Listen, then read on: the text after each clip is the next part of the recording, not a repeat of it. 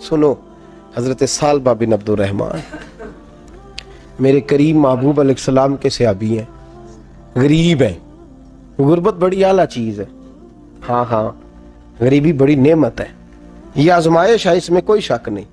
लेकिन क़यामत वाले दिन पता चलेगा जब गरीब छलांग लगा के जन्नत में दाखिल हो जाएंगे। और अमीर तो खड़े हैं ना। मेरे नबी पाक ने हज़रत अब्दुर्रहमान इब्न औफ को, हुजूर सुबह सुबह उठे तो नबी पाक की आंखों में आंसू थे। फरमाया मेरे अब्दुर्रहमान बिन औफ को बुलाओ। हज़रत अब्दुर्रहमान बिन औफ आए तो हुजूर ने सीने से लगा लिया।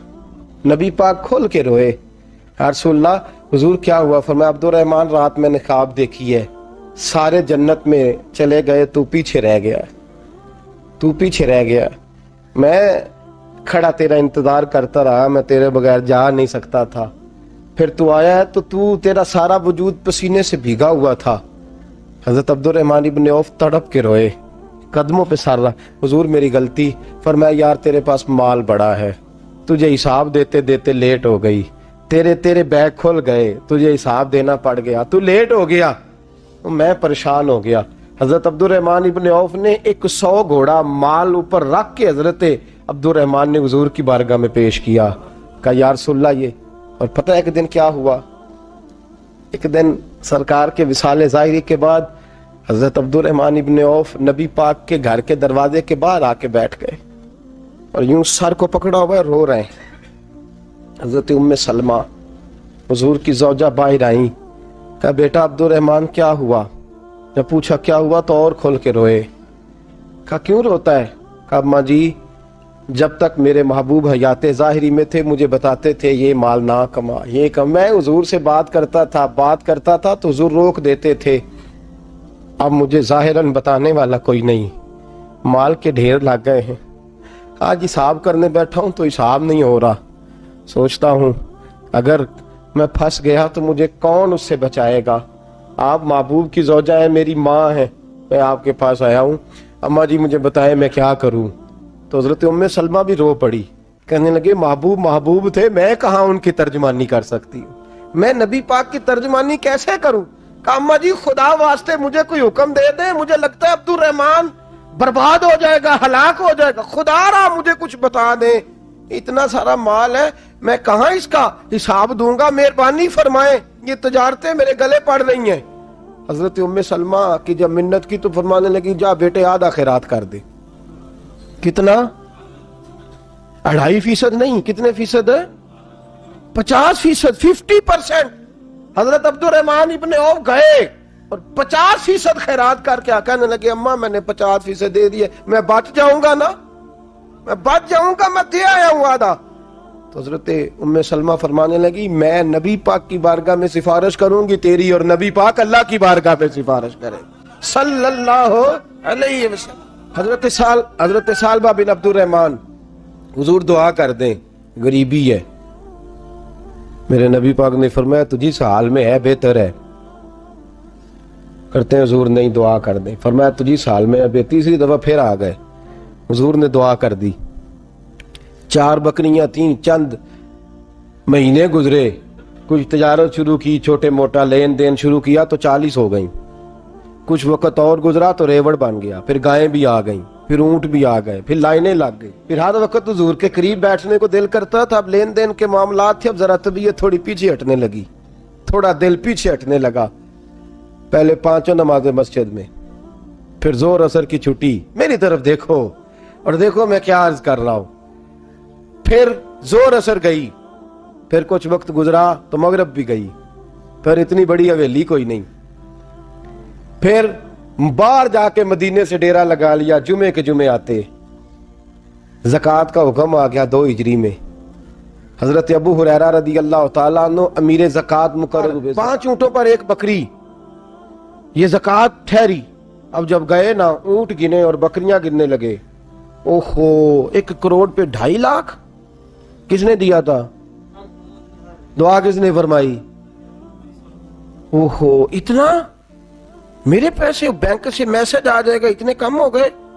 ओहो, बड़ी मुसीबत बनेगी। मुझे तो खुशी होती है जब आते हैं तो ये अब ये वाला मैसेज भी चलेगा कि इतने माइनस हो गए। तौबा तौबा, परेशानी लग गई, बड़ी तबीयत।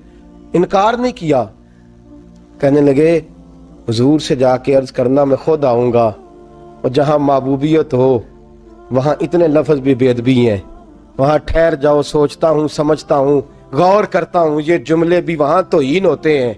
महबूब हो और वहां इंसान सोच समझ की बात करे, वहां इंसान, बाबा बुल्ले शाह साहब ने कहा, अकल आख दी झुग्गे नु साम के रख, इश्क आख दे बाल के सेकना चाहिए है। कहा जाके कहना मैं आऊंगा।